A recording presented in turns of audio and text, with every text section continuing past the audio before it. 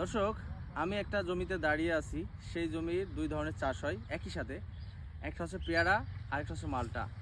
দেখতে পাচ্ছেন আমার এই পাশে হচ্ছে পেয়ারা, এই যে পেয়ারা ধরে আছে। আর এই দেখেন এদিকে আবার সেম মালটা কিন্তু ধরে আছে। তার মানে গ্যাপে গ্যাপে এই কৃষক মালটা এবং পেয়ারা একই সাথে লাগিয়ে রাখছে। একটা গ্যাপে পেয়ারা এবং একটা গ্যাপে মালটা, দুই ধরনের চাষ। এটাকে আমরা সাধারণত সাথী চাষ বলে থাকি। একই সাথে একই জমিতে দুই ধরনের ফসল আর কি তৈরি হয়।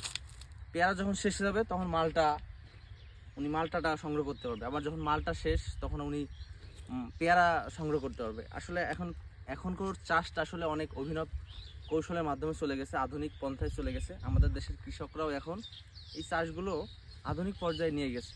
আপনার একই জমিতে দুই ধরনের চাষ হচ্ছে। শুধু এটা না, আরও অনেক ধরনের চাষ আসছে, যে সাথে একই সাথে দুই তিন ধরনের চাষ কিন্তু একসাথে তৈরি হচ্ছে। তো আপনাদেরও জমি যদি থাকে, আপনারা কিন্তু এই ধরনের একই সাথে সাথী চাষ, মানে সাথী ফসলের চাষ আপনারা করতে পারেন। সেই ক্ষেত্রে আপনার জমিটা থেকে আপনি পর্যাপ্ত এবং উপযুক্ত পয়সা উসুল করতে পারবেন।